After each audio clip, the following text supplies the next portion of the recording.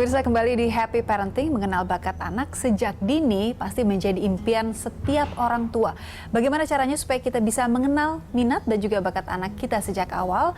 Masih bersama kami dan juga narasumber kita hari ini, Bapak Jaya Suprana dan Mbak Novita Tandri di Happy Parenting. Pak, tadi bicara tentang kecerdasan.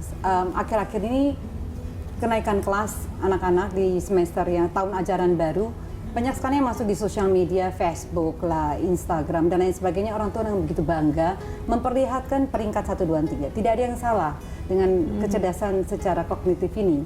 Tapi kalau melihat hidup seorang Jaya Suprana, bahwa kecerdasan itu ternyata begitu banyak. Dan dari Howard Gardner, kalau kita bisa baca, kecerdasan yang tadinya dia masuk dengan kecerdasan emosional, bahwa ternyata ada kecerdasan 8 kecerdasan yang lain lagi. Kalau mungkin saya tambahkan dengan kecerdasan spiritual yang menjadi fondasi bagi seorang anak, Bapak melihat bahwa kecerdasan kognitif ini tanpa dibantu atau dibekali dengan kecerdasan-kecerdasan yang lain, bisa membuat kesuksesan seperti seorang Jaya Suprana nggak? Bisa. Jangan kesuksesan seorang Jaya Suprana, tapi kesuksesan. Nggak apa-apa, karena kan tamunya Jaya Suprana saat tapi ini. Jadi saya koreksi dulu. Jangan keliru lagi nih. Begini, kita tidak berhak mengatakan bahwa apa yang saya apalagi ya, Anda pun maka tidak berhak menyatakan bahwa apa yang saya lakukan dan saya alami ini bisa diterapkan di orang. Tidak bisa. Ya.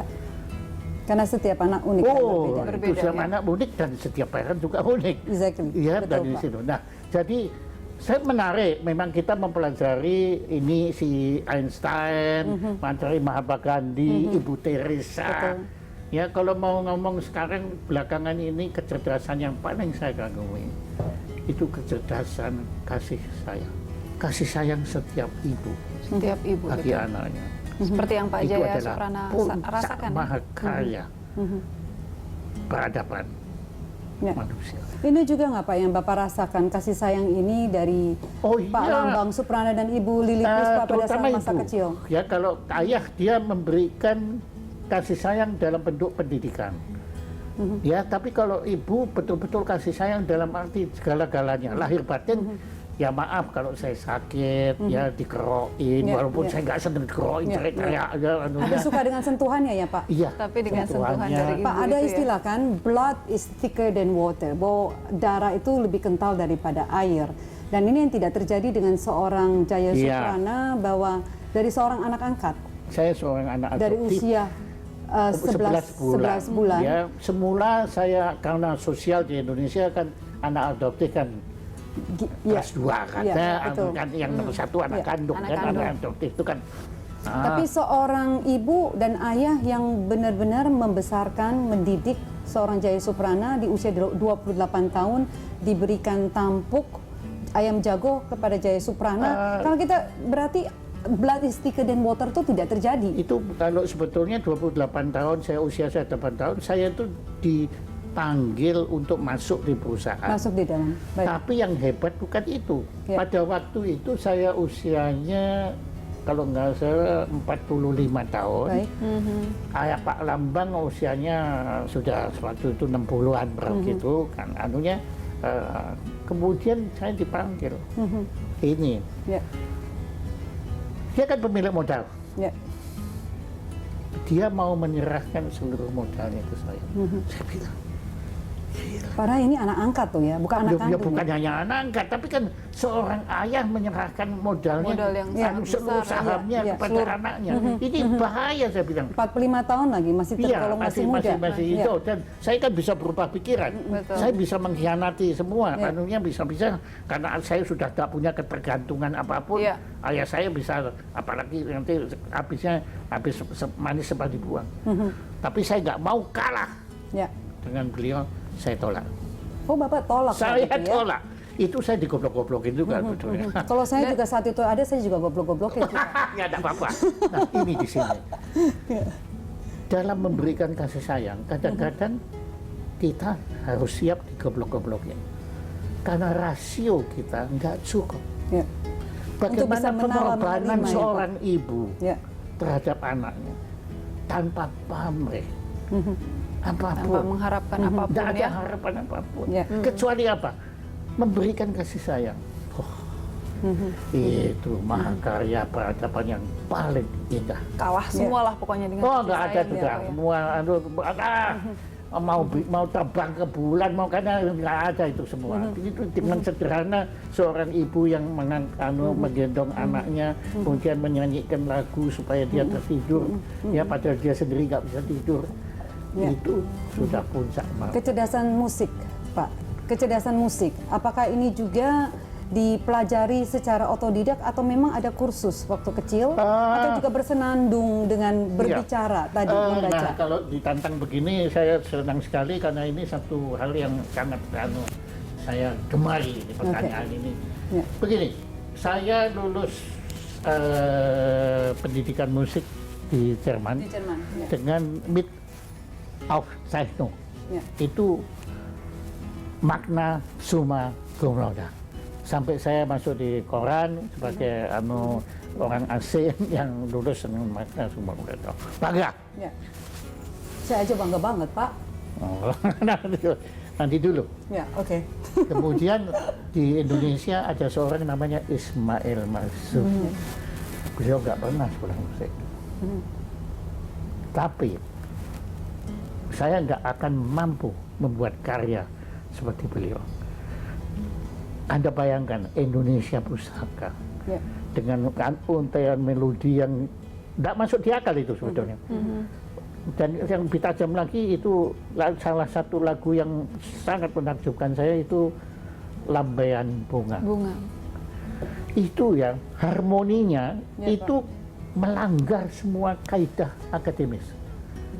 Letaknya keindahannya justru di pelanggaran itu. Kenapa Ismail Marzuki bisa bikin lagu seindah itu? Karena dia nggak sekolah musik. Justru karena dia nggak sekolah musik ya, bisa Pak. Jadi berarti menghasilkan lulusan karya seperti Jerman itu. aja Nggak bisa, Beethoven itu nggak bisa.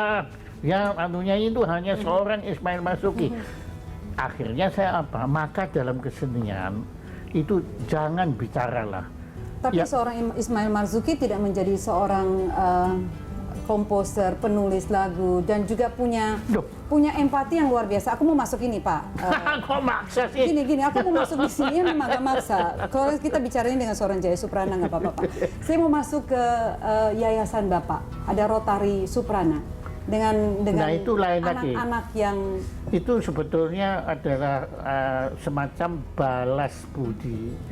Apa yang saya terima, yang kemudian dari orang tua saya, dari masyarakat yang dengan penuh keterbatasan, saya hanya mampu demikian. Saya harus akui di sini dengan tanpa malu, kalau dibanding dengan Romo Sandiawan Sumardi, kalah. Kalahnya di mana, Pak? Romo Sandiawan hidup di antara orang miskin. Ya, seperti Mother Teresa. Saya cuma seperti Mother Teresa. Nah, Saya hanya menolong orang miskin. Ya, saya bangunkan mereka asrama, kemudian saya kasih uang, tapi saya nggak ada.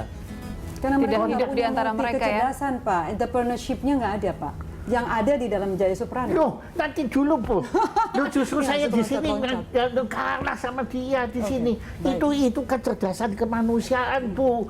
Saya masih harus belajar di situ. Ini orang yang namanya Romo, dia padahal bukan Romo sekarang ya, tapi saya tetap panggil Romo.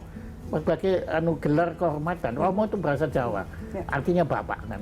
Romo. Itu dia tuh hidup di antara orang miskin. Ada lagi yang namanya Wardah Hafidz, itu juga. Dan kemudian puncaknya segala-galanya ya Ibu Teresa. Anda nonton filmnya dia yang terakhir tentang beliau, The Letters? Belum?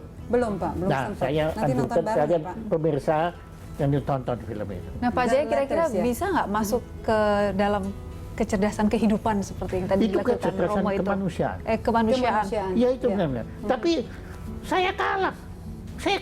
Duh, justru Pak Jaya Suprana ini punya kecerdasan kemanusiaan tapi tidak mau ditonjolkan. Saya Bukan tahu, nggak saya mau. kenal seorang Jaya Suprana. tidak bisa nonjol. Kan Ya. saya kalau disuruh tinggal di sana tobat-tobat saya ampun dah, nggak kuat saya,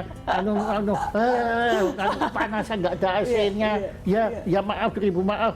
Kalau saya ke WC juga kan perlu yang bersih. Ya, di sana mereka promo itu siap di sungai pun dimanapun ya Pak. Dimanapun itu dahsyat sekali.